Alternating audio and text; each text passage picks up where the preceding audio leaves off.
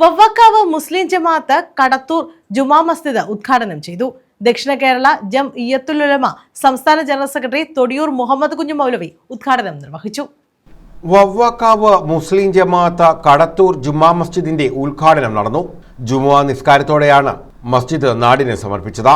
ദക്ഷിണ കേരള ജംഇയ്യത്തുൽ ഉലമ general secretary Thodiyoor Muhammad കുഞ്ഞു മൗലവി മസ്ജിദിന്റെ ഉദ്ഘാടനം നിർവഹിച്ചു. ഇന്ത്യയുടെ ഏറ്റവും പ്രമുഖയായ സാഹിത്യകാരി മദ്രാസിൽ നവാബ് മസ്ജിദിൻ്റെ പരിസരത്ത് ഒരു വലിയ സാഹിത്യ സദസ്സിൽ സരോജിനി നായിഡു എല്ലാവർക്കും അറിയാം പ്രസംഗിച്ചുകൊണ്ട് നിൽക്കുമ്പോൾ നവാബ് മസ്ജിദിൻ്റെ മിനാരത്തിൽ നിന്ന് ബാങ്ക് കേട്ടു. അപ്പോൾ അവർ പ്രസംഗം നിർത്തി.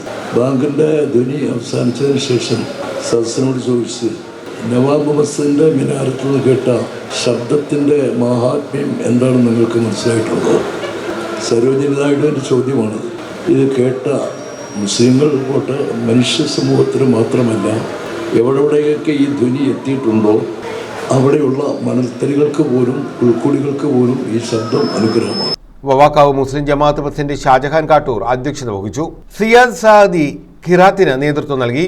റഹീം Kottilil advocate K P Muhammad, Valiyath Ibrahimkutty, advocate K A Jawad, advocate K A Noushad, Ashraf Saqafi, Shajahan, Hashir Aikkara, Latheef തുടങ്ങിയവർ പങ്കെടുത്തു.